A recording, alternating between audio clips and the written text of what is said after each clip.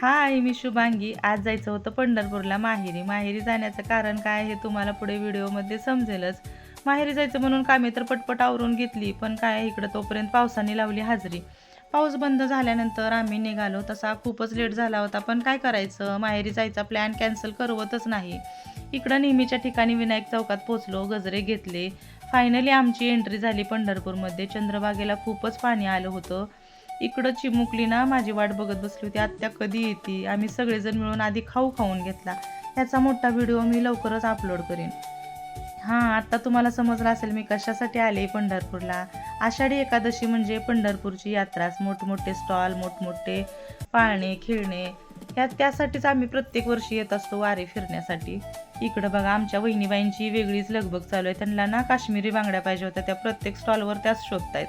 त्यांना एकदाच्या भेटल्या काश्मीरी बांगड्या. इकडं पिऊचं खाऊ खाणं चालू होतं. नंतर आम्हाला जायचं होतं वहिनींसाठी थोडेसे ड्रेस खरेदी करायचे होते, ते घेतले. घरी मम्मी पप्पा जेवणासाठी वाट बघत बसले होते. घरी गेलो, जेवण केलं. तर आजसाठी एवढंच. चला भेटूया नंतर. व्हिडिओ आवडला असेल तर नक्की सबस्क्राईब करा. बाय.